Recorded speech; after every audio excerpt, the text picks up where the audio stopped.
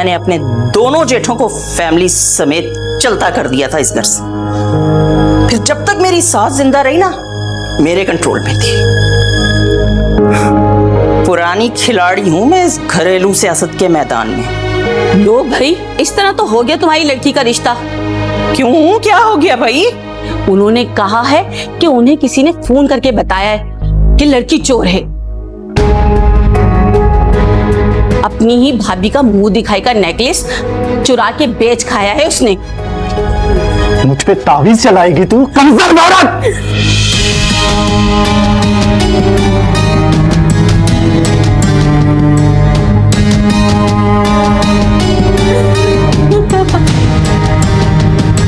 अब मैं तुझे वो सजा दूंगा जो तू जिंदगी भर याद रखेगी।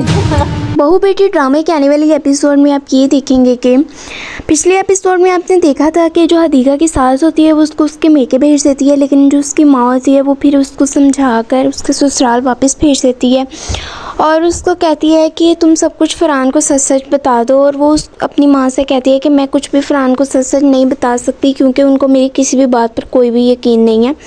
अगर मैं उन्हें सच बताऊंगी तो वो तो उनकी माँ और बहन तो पहले ही मुझे उनके ख़िलाफ़ करती रहती हैं, उनके पास एक और मौका आ जाएगा, तो मैं कोई भी बात सच नहीं कह सकती।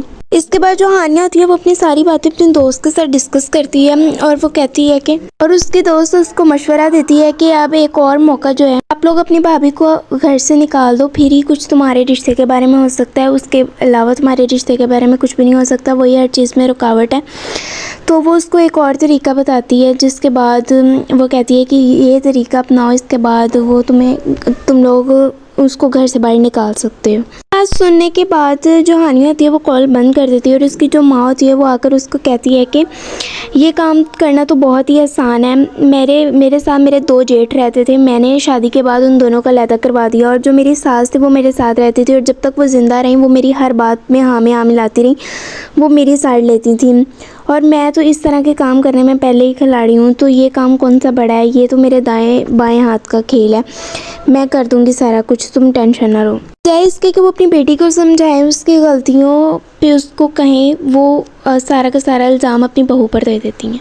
इसके बाद वो हानिया के ससुराल वालों को बुलाती हैं उसके रिश्ता पक्का करने के लिए और वहाँ पर जो रिश्ते करवाने वाली होती है उसको फ़ोन आ जाता है और सारे घर वाले पूछते हैं कि वो लोग क्या कह रहे हैं। तो वो औरत कहती है कि वो कह रहे थे कि ये लड़की तो चोरनी है, इसने तो अपनी भाभी का जो मुँह दिखाई का सेट था वो बेच दी है और ये लड़की बिल्कुल भी सही नहीं है। तो फिर ये सारी बात जो है फरहान भी उधर ही होता है, वो सुन लेता है और कहता है कि ये बात घर से बाहर कैसे गई, पहले तुमने तवीज़ रखे, अब तुम हानिया पे इस तरह के इल्ज़ाम लगा रही हो, तुम क्या चाहती हो। वो उसको उसकी सास और उसकी नंद हदीका की उसके ख़िलाफ़ फरहान को उसके ख़िलाफ़ करने में कामयाब हो जाती हैं। फरहान उसको मारता है और वो ज़मीन पे जाके गिर जाती है और उसके साथ काफ़ी बुरा सलूक करता है। ये देख के वो दोनों काफ़ी खुश हो रही होती हैं और कह रही होती हैं कि हम अपने प्लान में कामयाब हो गए हैं, लेकिन इसमें सरासर नुकसान जो है उसकी बेटी का ही हो रहा है। ये सब कुछ होने जा रहा है नेक्स्ट आने वाली एपिसोड में। तब तक के लिए मेरे चैनल को लाइक शेयर और सब्सक्राइब